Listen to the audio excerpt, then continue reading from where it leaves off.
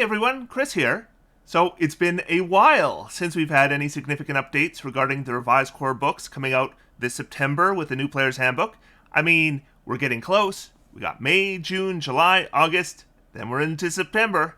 So Chris Perkins and Jeremy Crawford got together with Todd Kendrick to give us some updates, and I wanted to edit that down to the points that I thought were the most relevant to me at least, and give some thoughts on them. So they spend a fair amount of time discussing new art. The artwork for the wizard was recently revealed, and we've seen artwork for the fighter. But here's the part I thought was pretty interesting. The art helps sort of contextualize every page and sort of ground everything.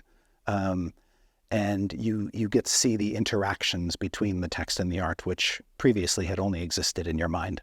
It's interesting that you said contextualize, because I don't know that I've ever seen D&D art before this give context to so many different things. Like we have spell art, for example. Yeah. You finally get to see some things. In some cases, spells being cast by the spell's originator. Yeah.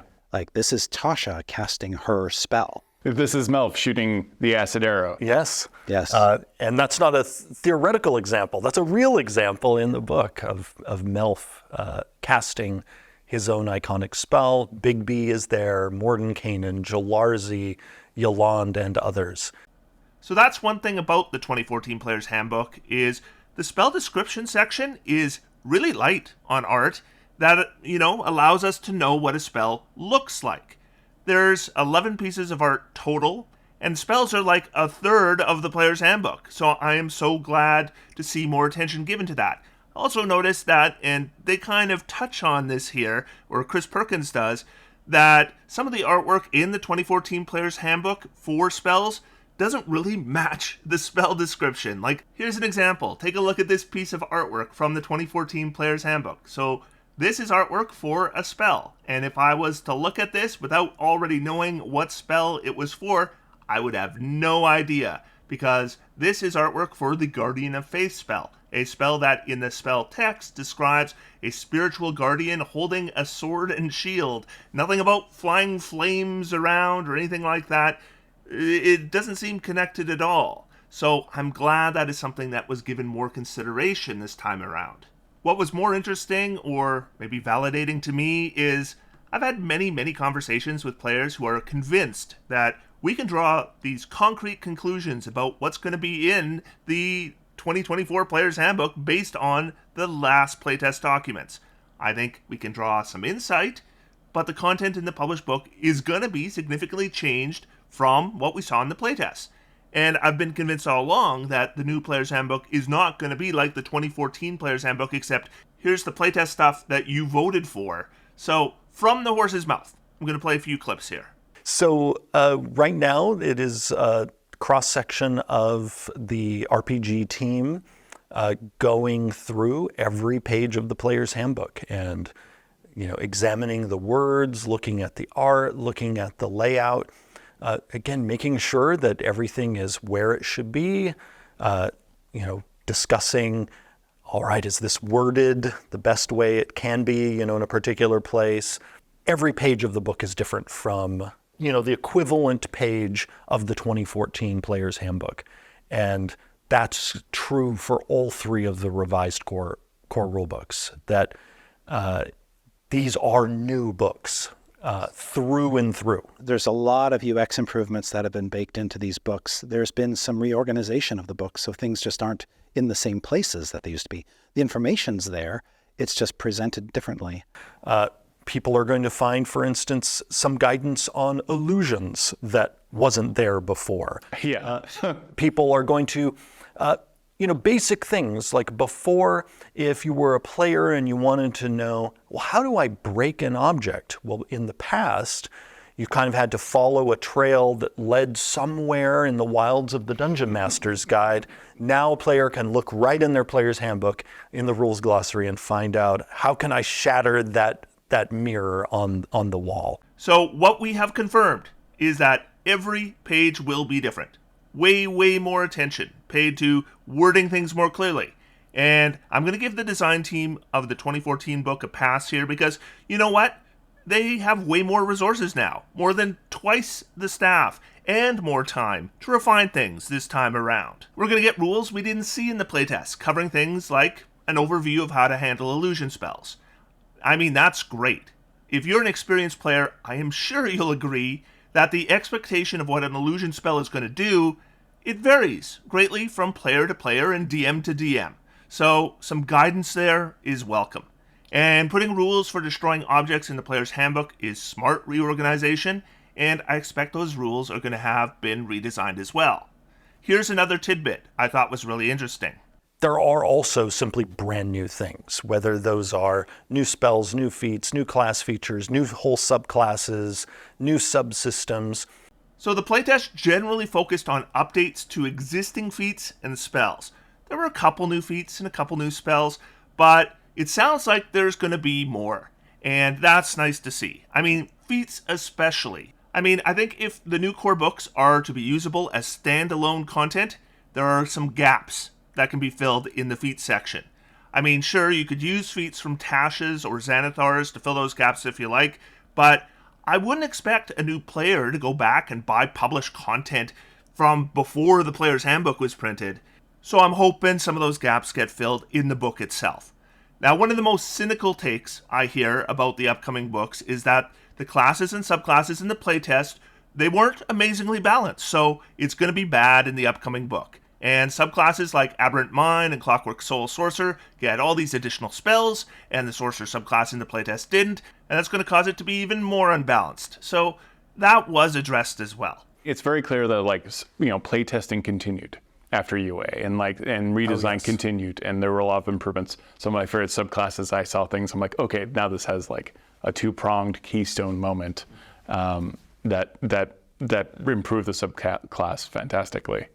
Well, and even some of the subclasses that migrated from Tasha's Cauldron of Everything into the new player's handbook, and some of those did not go out into the Unearthed Arcana process, even those went through additional playtesting and development. So people are going to find that some of the subclasses that got picked up have also been improved in a number of ways. And in some cases even have new features, just like the subclasses did that went through the Unearthed Arcana process. I think we should remember that Clockwork and Aberrant Mind were subclasses that specifically addressed player-identified pain points in the base Sorcerer class. So now they can address those pain points in the base class. Then, those subclasses don't even really need those fixes anymore. So they can focus on features that are more thematic for the subclass. They tease here that those subclasses will have brand new features. And I've always been skeptical of the claim that I keep hearing that they're throwing Clockwork and Aberrant Mind in the player's handbook as is, with twice the spells known as other sorcerers.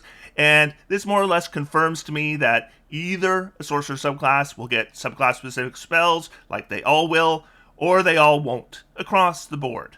And I expect kind of the same for Rangers as well.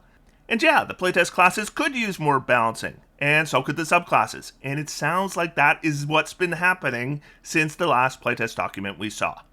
So here is some big news. And so the Psy Warrior is now in the player's handbook, along with the Champion, the Eldritch Knight, and the Battle Master. And if you like psychic powers, the soul knife is in there as well, right? From Tasha's? Well, that's also a reveal, because we had not shared that as a part of the UA process. Yes, the soul knife from Tasha's Cauldron is also in the player's handbook. So we knew they were going to need to replace the discarded Brawler subclass, and I figured, either Psy Warrior or Rune Knight were the obvious options. What's exciting to me here is that not only are we going to get the Psy Warrior, but we're getting an updated Psy Warrior. Because I like the idea of the Psy Warrior, but I've always felt it was overshadowed in Tasha's by the Rune Knight.